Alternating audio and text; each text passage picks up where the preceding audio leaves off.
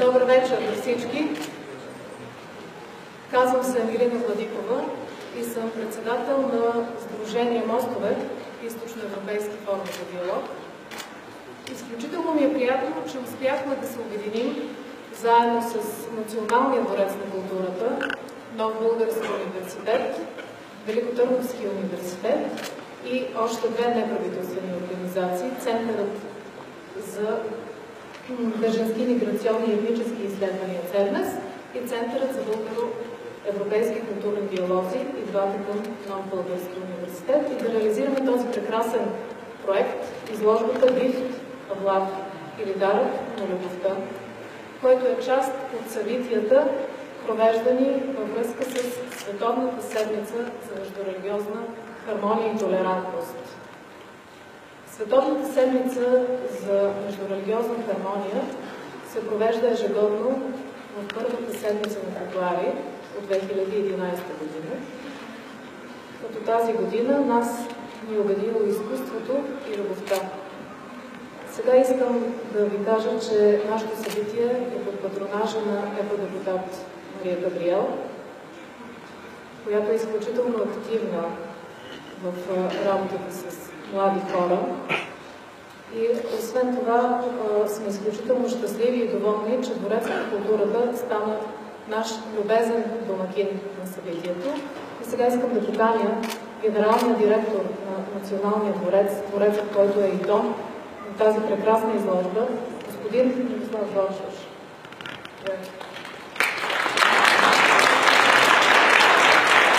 Добре вечер, добре дошли. Много се радвам, че тази изложба е тук, защото вярваме, че толерантността е изкуство, което се възпитава всеки ден. И много се радвам, че тя е показана през изкуство. Смятам също, че толерантността е част от хармонията, която трябва да притежава всяко човешко същество. И тя е невъзможна, ако ние наистина не вярваме в тази толерантност.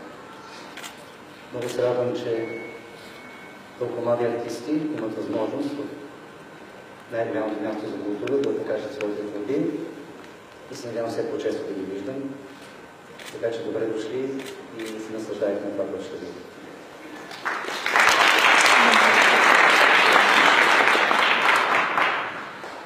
Сега идва ред на младите хора, които всъщност са и същинските участници в тази изложба. Това са представители на два университета, на два български университета, Великотърновски университет и Нов български университет, водени от своите преподаватели, които искам да спомена, доцент Константин Вълчев от Нов български университет и доцентите Йордан Иванов и Владимир Иванов от Великотърновски университет. Сега с най-голямо удоволствие искам да дам думата на младите хора, да чуем гласът на младите, да споделят защо решиха да се включат в тази изложба и как любовта и толерантността ги обедини. Искам да поканя Александра и Красимир. Александра е представител на Нов български университет на групата студенти от Нов български. Алекс, заповядай, не те виждам.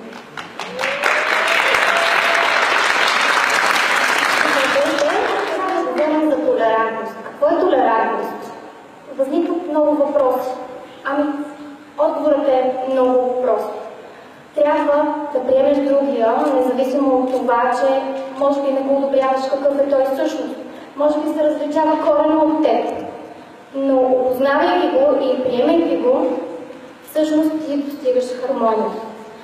Толерантност е златната среда. Това е хармонията. Всички днес сме се събрали по един повод. Изкуството. Но всъщност поводите са много. Да постигнем хармония с себе си и с хората, които са се събрали заедно. Тук днес, в този час. Голяма част от изложбата е стъкло. Аз имам така пристрастие към стъклото, тъй че ще завърша с една мисъл на един от светилата в съвременното изкуство, Чикули. Той казва, когато гледате прозрачни материали, лед, пластмаса, стъкло, вие гледате самата светлина. Затова искрено пожелавам на колегите от Нов български и Велико Търново да продължават да даряват на светлината много вълшебни моменти именно с стъклото. Благодаря ви.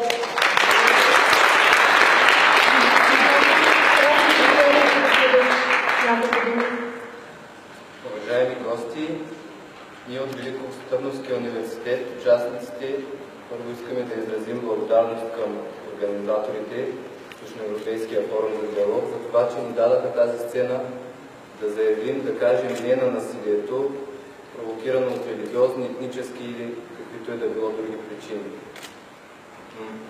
Също така една такава изява тук в столицата, в Националния дворец на културата, това е стремежа и мечтата на всеки млад автор.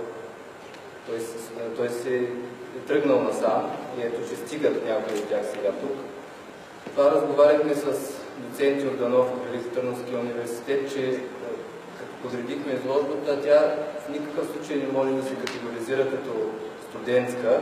Напротив, тя не отстъпва нито до професионални, нито до художествена стойности, от която е да било друга представителна изложба.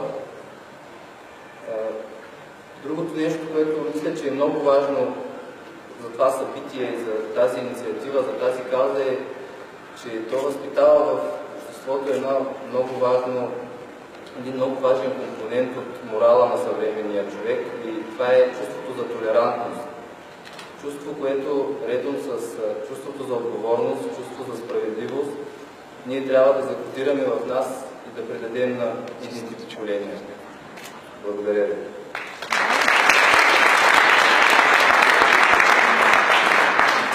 Сега да поканим професор Ана Кръстева от Център Цернес да сложи финалните щрихи и да обобщи целият проект.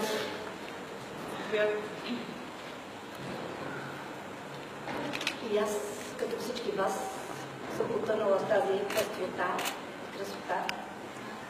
Вие имате удоволствието да не се отделяте от тази потъналост. Аз имам невъзможната задача да отговоря няколко акцента от нея.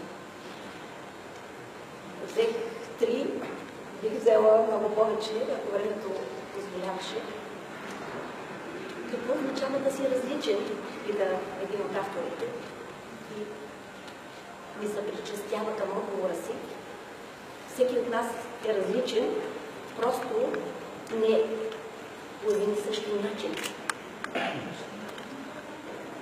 За мен като преподавател, като ментор, като човек цял живот придружаваш младите в техните дебюти, е изключително впечатляващо как визуално и в едно произведение виждаме превод на едно от най-големите философски прозрения на 20 век, който Пол Ридье е резюмирал азът като друг.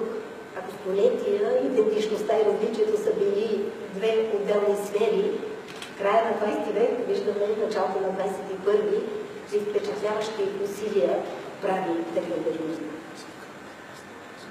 Втори акцент да оставя следа в стъклото, както то постави следа в мен.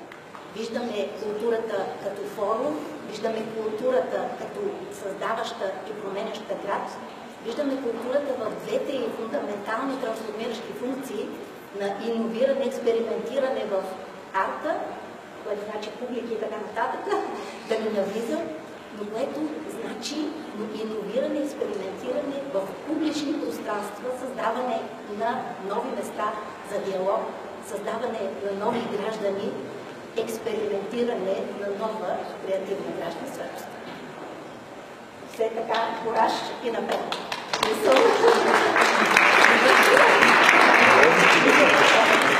Всеки един позволява. Диалога има една прекрасна метафора за интеркултурния и религиозния диалог, като казва, има два образа, две метафори. Едната е врата, отварям вратата, за да приветствам, да приканя другия, другата е мост. И двата са прекрасни, и двата изразяват общуване, но първи има асиметричност. Един отваря вратата и кани, а другия е поканен. Мостът е този, който позволява и стимулира движението в две посоки. И ако има някой, който за мен, в моя опит, тук реализацията го потвърждава, наистина непрестанно да гради мостове. Това е Андри Младикова. Поздравяваме и нея, Катерина.